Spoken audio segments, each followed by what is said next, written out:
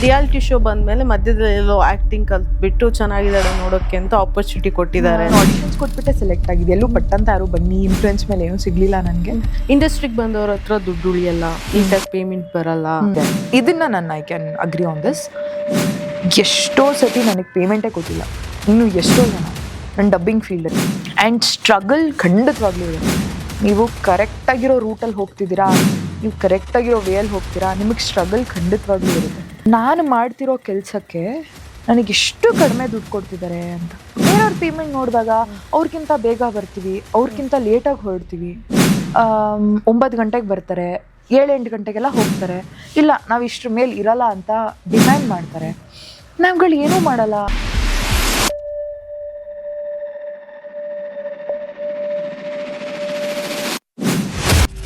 ಏನಾಗ್ಬಿಡುತ್ತೆ, ನೀವು ಎಷ್ಟು ಅಂತ ಒಬ್ರನ್ನ ಕೇಳ್ತೀರಾ, ಒಂದು ಪಾಯಿಂಟಲ್ಲಿ ಬಿಟ್ಬಿಡ್ತೀರಾ.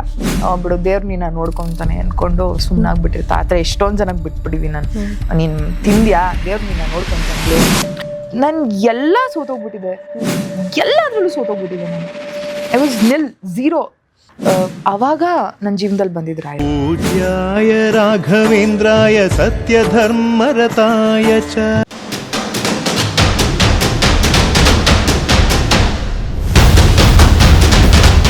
ರಾಮಾಚಾರಿ ಆಯ್ತು, ಫರ್ದರ್ ರಾಮಾಚಾರಿ ಆಯಿತು. ಹಾಗೆ ಗೌರಿಶಂಕರ ಸೀರಿಯಲ್ ಬಂತು, ಅದ್ರಲ್ಲಿ ನಾನು ಸೆಕೆಂಡ್ ಲೀಡಾಗಿ ಮಾಡಿದೆ. ಓಕೆ, ಇದು ನಂಗೆ ಲೀಡ್ ಶೇಡ್ ಅಂತಾನೆ ಹೇಳಿ ಕರ್ಕೊಂಡಿದ್ದು. ಬಟ್ ಅದು ಸ್ವಲ್ಪ ನೆಗೆಟಿವ್ ಆಯಿತು and I didn't like it down the line. But it's okay. ನನ್ಗೆ ಅದು ಊಟ ಹಾಕಿರುವಂಥ project and I am very grateful. ಅದರಿಂದ ನಾನು ನನ್ನ ಎಜುಕೇಷನ್ ಮುಗಿಸ್ಕೊಳಕ್ಕಾಯ್ತು. ಆ ಒಂದು ಶೋಯಿಂದ, ರಾಮ್ಜಿ ಸರ್ ಕೊಟ್ಟಿದ್ದ ಆಪರ್ಚುನಿಟಿಯಿಂದ ನನ್ನ ಡಿಗ್ರಿ ಮುಗಿಸ್ಕೊಳಕ್ಕಾಯ್ತು. ಅದಾದಮೇಲೆ I could join for my masters ಅರ್ಧ ನಾನು ರಾಮಾಚಾರಿ ಪೇಮೆಂಟಿಂದನೇ ನಾನು ಫೀಸ್ ಕಟ್ಕೊಂಡಿದ್ದೆ ನನಗೆ. ಸೊ ಹಾಗಾಗಿ ಐ ಆಮ್ ವೆರಿ ಗ್ರೇಟ್ಫುಲ್. ಅದೇ ಎಲ್ಲೋ ಒಂದು ಕಡೆ ಎಜುಕೇಷನ್ಗೆ ಫೋಕಸ್ ಕೊಡಕ್ಕೆ ಆಯ್ತಾ ಇದ್ರ ಮಧ್ಯ ಆಯಿತು ನನಗೆ. ಆ್ಯಕ್ಚುಲಿ ನಾನು ಚೆನ್ನಾಗಿ ಓದ್ತೀನಿ, ಟಚ್ ವುಡ್. ಸೊ ನಾನು BBA ಮಾಡಿ MBA ನಾನು ಸೀರಿಯಲ್ ಮಾಡ್ಕೊಂಡೇ ಮಾಡಿದ್ದು. ಸೊ ಹಾಗಾಗಿ ನಾನು down the line I was working. And ಇನ್ನೊಂದು ಹೇಳೋದು ಮರ್ತೋದೆ, ನಾನು ಡಿಗ್ರಿ ಮಾಡಬೇಕಾದ್ರೂ ಪ್ಯಾರಲ್ ಆಗಿ ನಾನು ಡಬ್ಬಿಂಗ್ ಮಾಡ್ತಿದ್ದೆ. I was a dubbing artist. ಈ ತೆಲುಗು ಸೀರಿಯಲ್ಸು ಕನ್ನಡಕ್ಕೆ ಬರ್ಬೇಕಾದ್ರೆ ಹೀರೋಯಿನ್ಸಿಗೆ ವಾಯ್ಸ್ ಕೊಡೋದು, ಮೂವಿಗಳಿಗೆ ಹೀರೋಯಿನ್ಸಿಗೆ ವಾಯ್ಸ್ ಕೊಡೋದು. ಸೊ ನಾನು ಯಾವಾಗಲೂ ಇಂಡಸ್ಟ್ರಿಗೆ ಒಂದಲ್ಲ ಒಂದು ರೀತಿಲಿ ನಾನು ಟಚ್ಚಲ್ಲಿ ಇದ್ದೆ. ಸೊ ಆಕ್ಚುಲಿ ಎಲ್ಲೋ ಒಂದ್ ಕಡೆ ನೋಡೋ ಆಡಿಯನ್ಸ್ ಅನ್ಕೊಂಡಿದ್ದಿದೆ ನಾವೆಲ್ಲ, ರಿಯಾಲಿಟಿ ಶೋ ಬಂದ್ಮೇಲೆ ಮಧ್ಯದಲ್ಲೆಲ್ಲೋ ಆಕ್ಟಿಂಗ್ ಕಲ್ತ್ಬಿಟ್ಟು ಚೆನ್ನಾಗಿದ್ದಾಳೆ ನೋಡೋಕ್ಕೆ ಅಂತ ಆಪರ್ಚುನಿಟಿ ಕೊಟ್ಟಿದ್ದಾರೆ ಅಂತ. ಸೊ ಈ ರಿವೀಲ್ ಇಲ್ಲ. ಓಕೆ. ಸೊ ಅದಾದ್ಮೇಲೆ ನಾನು ಆಡಿಷನ್ಸ್ ಕೊಟ್ಬಿಟ್ಟೆ ಸೆಲೆಕ್ಟ್ ಆಗಿದೆ. ಎಲ್ಲೂ ಪಟ್ಟಂತ ಯಾರು ಬನ್ನಿ ಇನ್ಫ್ಲೂಯೆನ್ಸ್ ಮೇಲೆ ಏನೂ ಸಿಗ್ಲಿಲ್ಲ ನನಗೆ.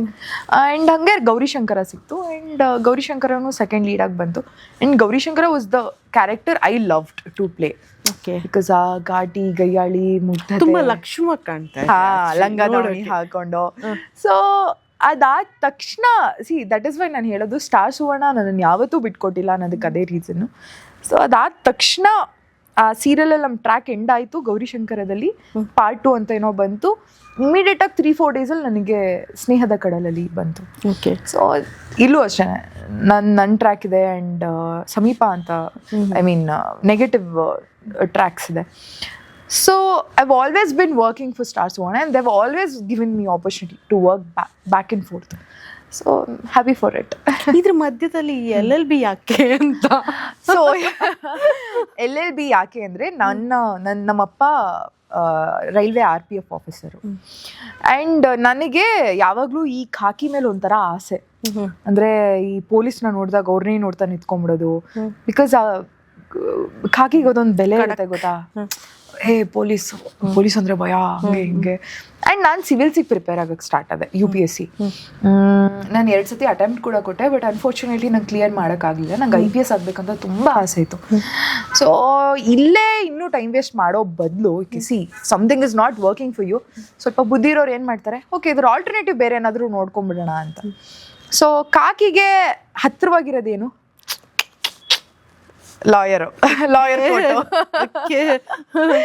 ಸೊ ಹಾಗಾಗಿ ಓಕೆ ಎಲ್ಲರೂ ಸಿಸ್ಟಮಲ್ಲೇ ಇರ್ತೀವಿ. ಇವಾಗಲೂ ಅಷ್ಟೇ ನಾನು ಕೋರ್ಟ್ಗೆಲ್ಲ ಹೋದಾಗ ಅಲ್ಲೇ ಪೊಲೀಸ್ ಇರ್ತಾರೆ, ಪೊಲೀಸ್ ಲಾಯರು, ಓಕೆ ಎಲ್ಲೋ ಅಲ್ಲಿ ಹತ್ರದಲ್ಲಾದ್ರೂ ಇದೀನಲ್ಲ ಅನ್ನೋದೊಂದು ಇರುತ್ತೆ ತಲೆಯಲ್ಲಿ. ಸೊ ಹಾಗಾಗಿ I took up law. Complete ಆಯ್ತಾ? ಇನ್ನೊಂದು ಒಂದು ವರ್ಷ ಇದೆ. ಒಂದಷ್ಟು ಆಮೇಲೆ ಅಡ್ವೊಕೇಟ್ ಅಭಿಜ್ಞಾ. ಅಡ್ವೊಕೇಟ್ ಹೌದು. ಬಟ್ ನಾನು ಇವಾಗಲೇ ಆಲ್ರೆಡಿ ವರ್ಕ್ ಮಾಡಕ್ಕೆ ಸ್ಟಾರ್ಟ್ ಮಾಡಿದ್ದೀನಿ, ಬಿಕಾಸ್ ಅದು ಮುಗ್ದು ಮತ್ತೆ ಇನ್ನು ಪ್ರಾಕ್ಟೀಸ್ ಮಾಡೋಕ್ಕೆ ತುಂಬ ಟೈಮ್ ಆಗುತ್ತೆ ಅಂತ already started to work. So it's nice. Okay, ಇವಾಗ LLB ಮಾಡ್ತಾ ಇದ್ದೀರಾ ಅಂತ ಹೇಳಿದ್ರಿ. ಸೊ ಇಂಡಸ್ಟ್ರಿಯಲ್ಲಿ ಒಂದಷ್ಟು ಟೈಮ್ ನೀವು ಬಂದಿರೋ ಕಾರಣ ಇಂಡಸ್ಟ್ರಿಗೆ ಬಂದವ್ರ ಹತ್ರ ದುಡ್ಡು ಉಳಿಯಲ್ಲ, ನೀಟಾಗಿ ಪೇಮೆಂಟ್ ಬರಲ್ಲ, ಕಷ್ಟ, ಸ್ಟ್ರಗಲ್ ಮಾಡ್ಬೇಕಾಗತ್ತೆ ತುಂಬಾ, ಇಂತೆಲ್ಲ ಒಪಿನಿಯನ್ ಇದೆ. ನಿಮ್ಗೆ ಒಂದು ಸ್ಟೇಜಲ್ಲಿ ಕಷ್ಟ ಅಂತ ಆಗಿದ್ಯಾ? ಇದೆ. ಇದನ್ನ I can agree on this. ಎಷ್ಟೋ ಸತಿ ನನಗೆ ಪೇಮೆಂಟೇ ಕೊಟ್ಟಿಲ್ಲ ಇನ್ನು ಎಷ್ಟೋ ಜನ ನನ್ನ ಡಬ್ಬಿಂಗ್ ಫೀಲ್ಡಲ್ಲಿ.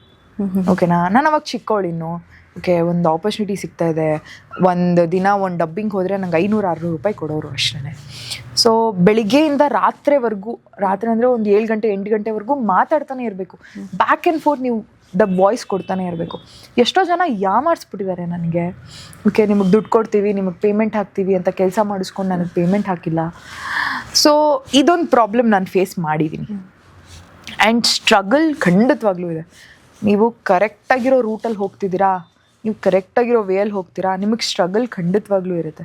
ಓಕೆ, ನೀವು ಆರಾಮ್ಸಿ ಇವಾಗ ಓಕೆ, ನಾನು ಜನ್ರಲಾಗಿ ನಿಮಗೆ ಹೇಳ್ತಿರೋದು ಇದೇ ಅಂತ ಅಂದ್ಕೊಳಕ್ಕೆ ಹೋಗ್ಬೇಡಿ. ಏನೂ ಇಲ್ಲದೆ ಆರಾಮಾಗಿ, ಕೆಲವ್ರಿಗೆ ಅದು ಲಕ್ಕೂ ಇರ್ಬೋದು, ಮೋಸ್ಟ್ ಆಫ್ ದೆಮ್. ಬಟ್ 100ಅಲ್ಲಿ 100 ಇದ್ದರೆ ಅದು ಅವ್ರಿಗೆ ಲಕ್ಕಿದೆ ಅಂತ ನಾವು ಅಂದ್ಕೊಳಕ್ಕಾಗಲ್ಲ. So if you are going in the right path, if you are putting your hard work, struggle ಅಂತೂ ಖಂಡಿತವಾಗ್ಲೂ ಇರುತ್ತೆ.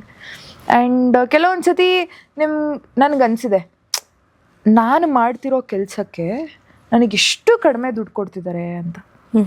ಆ ಒಂದು ಸ್ಟೇಜು ಇತ್ತು ನನ್ನ ಲೈಫ್. ಬೇರೆಯವ್ರ ಪೇಮೆಂಟ್ ನೋಡಿದಾಗ ಅವ್ರಿಗಿಂತ ಬೇಗ ಬರ್ತೀವಿ, ಅವ್ರಿಗಿಂತ ಲೇಟಾಗಿ ಹೊರಡ್ತೀವಿ. 9 ಗಂಟೆಗೆ ಬರ್ತಾರೆ, 7-8 ಗಂಟೆಗೆಲ್ಲ ಹೋಗ್ತಾರೆ. ಇಲ್ಲ, ನಾವು ಇಷ್ಟ್ರ ಮೇಲೆ ಇರಲ್ಲ ಅಂತ ಡಿಮ್ಯಾಂಡ್ ಮಾಡ್ತಾರೆ. ನಾವುಗಳು ಏನೂ ಮಾಡಲ್ಲ. ಅವ್ರಿಗೆ ಹೇಳೋ ಟೈಮ್ಗಿಂತ 1 hour ಮುಂಚೆ ಬರ್ತೀವಿ, ಅವರು ಈ ಟೈಮಿಗೆ ಕಳಿಸ್ತೀವಿ ಅಂದಮೇಲೂ ಅದ್ರ ಮೇಲೆ 1 hour ನಮ್ಮನ್ನು ಕೂರಿಸ್ಕೊತಾರೆ. ಆ್ಯಂಡ್ ಎಷ್ಟೊಂದು ಸತಿ ಏನು ಹೇಳ್ತಾರೆ, ಇವಾಗ ನಮ್ಮ ಸೀನು ಸಂಜೆ ಇರುತ್ತೆ, ಒಂದು 7 ಗಂಟೆಗೆ ನಮ್ಮ ಸೀನ್ ಇರುತ್ತೆ, ಅದು ಅವ್ರಿಗೂ ಗೊತ್ತಿರುತ್ತೆ 7 ಗಂಟೆಗೆ ಇವ್ರ ಸೀನ್ ಇರೋದು ಅಂತ. ಆದರೆ ಬೆಳಿಗ್ಗೆ 7 ಗಂಟೆಗೆ ನಮ್ಮನ್ನು ಕರೆಸ್ಕೊತಾರೆ. ಇದನ್ನು ಬೇರೆ ಸೀನಿಯರ್ ಆರ್ಟಿಸ್ಟ್ಗಳ ಹತ್ರ ಮಾಡಲ್ಲ. ಸೊ ಇದನ್ನೆಲ್ಲ ಫೇಸ್ ಮಾಡಿದ್ದೀನಿ. ಬಟ್ ಇವಾಗ ಆ ಥರ ಆಗಲ್ಲ, ಬಿಕಾಸ್ ಇವಾಗ ನಾನು ಒಂದು ಸ್ಟೇಜಿಗೆ ಬಂದಿದ್ದೀನಿ ಲೈಫಲ್ಲಿ. ಏನಿಲ್ಲ, ಇನ್ನು ಮುಂದೆ ಪೇಮೆಂಟ್ ಉಳಿಸ್ಕೊಳ್ಳಲ್ಲ. ಯಾಕೆ ಹೇಳಿ? ಇನ್ನು ಉಳಿಸ್ಕೊಳಕ್ಕಾಗಲ್ಲ, ನೋಟಿಸ್ ಹೋಗ್ಬಿಡುತ್ತೆ, ಮನೆ ಬಾಗಿಲಿಗೆ ಹೋಗುತ್ತೆ. ಇಲ್ಲ, ಬಟ್ ಏನಾಗ್ಬಿಡುತ್ತೆ, ನೀವು ಎಷ್ಟು ಅಂತ ಒಬ್ರನ್ನ ಕೇಳ್ತೀರಾ, ಒಂದು ಪಾಯಿಂಟಲ್ಲಿ ಬಿಟ್ಬಿಡ್ತೀರಾ. ಬಿಡು, ದೇವ್ರು ನೀನು ನೋಡ್ಕೊತಾನೆ ಅಂದ್ಕೊಂಡು ಸುಮ್ಮನಾಗ್ಬಿಟ್ಟಿರ್ತಾ. ಆ ಥರ ಎಷ್ಟೊಂದು ಜನಕ್ಕೆ ಬಿಟ್ಬಿಟ್ಟಿದ್ದೀನಿ ನಾನು. ನೀನು ತಿಂದ್ಯಾ, ದೇವ್ರು ನೀನು ನೋಡ್ಕೊತಾನೆ ಬಿಡು ಅಂತ. ಸೊ ದೇವರು ಅಂತ ಬಂದಾಗ ಜಾಸ್ತಿ ಅಭಿಜ್ಞಾ ಅವ್ರು ನಂಬೋದು ರಾಯರ್ನ. ಹಿಂಗೆ ಕನೆಕ್ಟಿವಿಟಿ ಅಂತ ಅಷ್ಟು ಹತ್ರ. ಎಲ್ಲರೂ ಲೈಫಲ್ಲೂ ಒಂದು ಡಾರ್ಕ್ ಫೇಸ್ ಅನ್ನೋದಿರುತ್ತೆ. ನನ್ನ ಜೀವನದಲ್ಲೂ ಒಂದು ತುಂಬ ಏನು ಹೇಳ್ತಾರೆ, ಕತ್ತಲು, ಬರೀ ಪಿಚ್ ಡಾರ್ಕ್ ಇರುವಂಥ ಒಂದು ಫೇಸ್ ಬಂತು ಹೋದ ವರ್ಷ. So it was in a very dark phase. And ಲೈಫಲ್ಲಿ ಎಲ್ಲ ಡೌನ್ಸು, ಬರೀ ಸೋಲು ಎಲ್ಲದರಲ್ಲೂ ನಾನು ಏನು ಮುಟ್ಟಿದ್ರೂ ಅದೇನೋ ಹೇಳ್ತಾರಲ್ಲ, ಮುಟ್ಟಿದ್ರೆ ಮಸಿ ಆಗ್ಬಿಡೋದು ಅಂತ. ಸೊ ನಾನು ಏನೋ ಒಂದು ಮಾಡಬೇಕು ಅಂತ ಹೋದ್ರೂ ಪಟ್ ಅಂತ ಅಲ್ಲೇನೋ ಒಂದು ಆಗ್ಬಿಡೋದು, ಆ ಕೆಲಸ ವರ್ಕೌಟ್ ಆಗ್ತಾ ಇರಲಿಲ್ಲ. ಸೊ ತುಂಬ ನೊಂದು ಹೋಗ್ಬಿಟ್ಟಿದೆ ಜೀವನದಲ್ಲಿ ನಾನು. ಸ್ವಲ್ಪ ಸಾಕು ದೇವ್ರೆ, ನನ್ನ ಕೈಯಲ್ಲಿ ಆಗ್ತಾ ಇಲ್ಲ ಇನ್ನು. ನೀನು ಎಷ್ಟು ಅಂತ ಒಬ್ಬ ವ್ಯಕ್ತಿ ಏಟ್ಗಳನ್ನ ತೊಗೊಳಕ್ಕಾಗುತ್ತೆ. Mentally you are low, and physically you are very low in your life, and financially. So ನೀನು ಇವೆರಡನ್ನೂ, ದುಡ್ಡಿದ್ರೆ ನೀನು ಏನು ಬೇಕಾದರೂ ಮಾಡ್ಬಿಡು. ಫೈನಾನ್ಷಿಯಲಿನೂ ನೀನು ಲೋ ಆಗಿಬಿಟ್ಟಾಗ ಎಲ್ಲ ಕಡೆಯಿಂದನೂ, ಆ್ಯಂಡ್ ಫ್ಯಾಮಿಲಿ ಕಡೆಯಿಂದ, ಫ್ಯಾಮಿಲಿಯವರು ನೀನು ಯಾರೋ ಒಬ್ರನ್ನ ನಂಬಿರ್ತೀಯ, ಅವರು ಅವ್ರ ನಿಜವಾದ ರೂಪ ತೋರಿಸ್ಬಿಡ್ತಾರೆ. ನಿಮ್ಮ ರಿಲೇಟಿವ್ಸ್ ಆಗಿರ್ಬೋದು, ಮತ್ತು ನೀವು ಫ್ರೆಂಡ್ಸ್ ಯಾರನ್ನೋ ನಂಬಿರ್ತೀರ, ಬೇಕು ಅನ್ನೋವರೆಗೂ ಅವ್ರ ಲೈಫಲ್ಲಿ ನಿಮ್ಮನ್ನು ಇಟ್ಕೊಂಡು ಆಮೇಲೆ ಪಟ್ಟಂತ ನಿಮ್ಮನ್ನು ಬಿಟ್ಬಿಡ್ತಾರೆ. ಸೊ ಈ ಥರ ಎಲ್ಲ ನೋಡಿದಾಗ ತುಂಬ ನೊಂದು ಹೋಗ್ಬಿಟ್ಟಿದೆ ನಾನು. ಆವಾಗ ನನ್ನ ಜೀವನದಲ್ಲಿ ಬಂದಿದ್ದು ರಾಯರು. ಸೊ ಅವ್ರು ಬಂದು ಆ ಕತ್ತಲು ಏನಿತ್ತು ನನ್ನ ಲೈಫಲ್ಲಿ ಕೈ ಹಿಡಿದು ಕರ್ಕೊಂಬಂದು ಬೆಳಕು ಕೊಟ್ಟರು ನನ್ನ ಜೀವನದಲ್ಲಿ. ಅದುವರೆಗೂ ರಾಯರನ್ನ ನಂಬ್ತಾ ಇರಲಿಲ್ಲ. ರಾಯರು ಅಂದರೆ ನಾನು ಮಹಾನ್ ಶಿವ ಭಕ್ತೆ. ನಾನು ಶಿವ ಅಂತ ತುಂಬ ಶಿವನ್ ನಂಬ್ತಿದ್ದೆ. ಆ್ಯಂಡ್ ಇವತ್ತು ಶಿವನ್ ನಂಬ್ತೀನಿ, ಇಲ್ಲ ಅಂತ ಹೇಳಲ್ಲ. ಆದರೆ ನಾನು ಒಬ್ಬರು ಗುರುಗಳು ನಮ್ಮ ಜೀವನದಲ್ಲಿ ಬರ್ತಾರೆ ಅನ್ನೋದನ್ನು ರಾಯರು ನನ್ನ ಲೈಫಿಗೆ ಬಂದಾಗಲೇ ನನಗೆ ಅರ್ಥ ಆಗಿದ್ದು.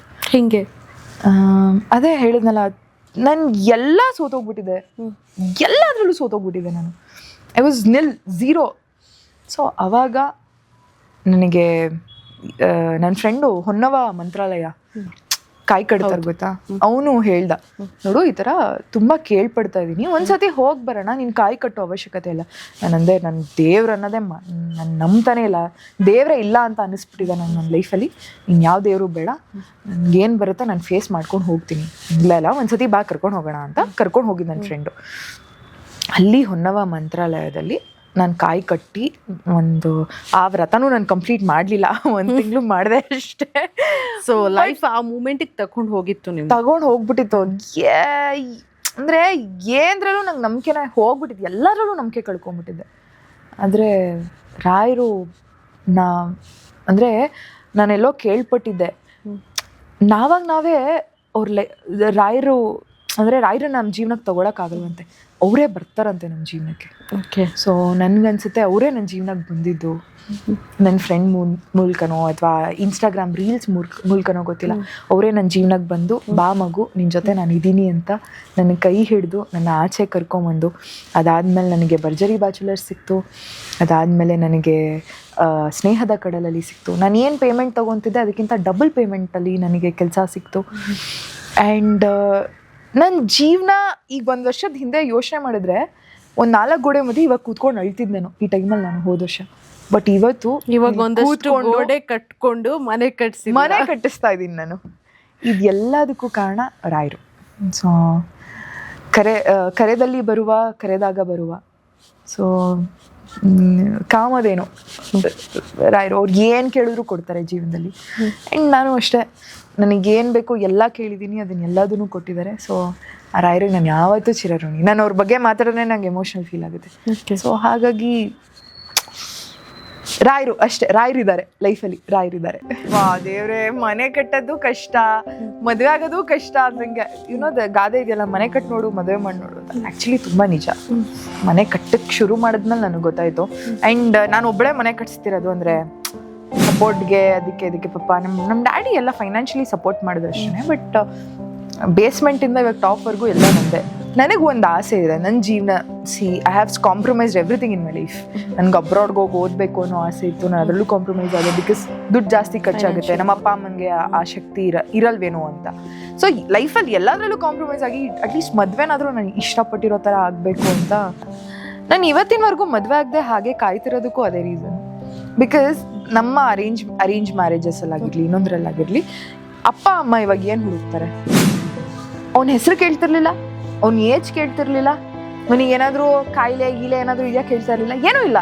ಎಷ್ಟು ಆಸ್ತಿ ಇದೆ, ಎಷ್ಟು ಮನೆ ಇದೆ, ಊರಲ್ಲಿ ಆಸ್ತಿ ಇದೆಯಾ, ಅಲ್ಲ ಆಸ್ತಿ ಇದೆಯಾ. ನನಗೆ ಎಷ್ಟು ಅಂದ್ಬಿಟ್ಟಿತ್ತು ಅಂದರೆ, ಏನ್ ಮಾಡ್ತೀರಾ ನೀವುಗಳು ಆಸ್ತಿಗಳು ಇಟ್ಕೊಂಡು? ಶ್ರೀಮಂತರ ಅದನ್ನ ಕೇಳಿಸ್ಕೊಂಡು ಅಫೆಂಡ್ ಆಗ್ಬಿಟ್ರು. So it is my perspective. End of the day ಶ್ರೀಮಂತರಿಗೆ ಗುಣ ಇರಲ್ಲ, ಆ್ಯಂಡ್ ಮನೆಗೆ ಬರುವಂಥ ಹೆಣ್ಮಗುನ ಹೇಗೆ ನಡ್ಸ್ಕೊಬೇಕು ಅನ್ನೋ ಒಂದು ವೇ ಗೊತ್ತಿರಲ್ಲ. ಆ್ಯಂಡ್ ದುಡ್ಡಿನ ಅಮಲು ಜಾಸ್ತಿ ಇರುತ್ತೆ. ಆ್ಯಂಡ್ ಪ್ರೀತಿ, ವಿಶ್ವಾಸ, ಒಂದು ಕುಟುಂಬ ಕೊಡಬೇಕಾಗಿರೋ ವ್ಯಾಲ್ಯೂಸು ಅದು ಅವರಲ್ಲಿ ಇರಲ್ಲ ಅನ್ನೋದು ನನಗೂ ಇವಾಗೆಲ್ಲೋ still I have that in back of my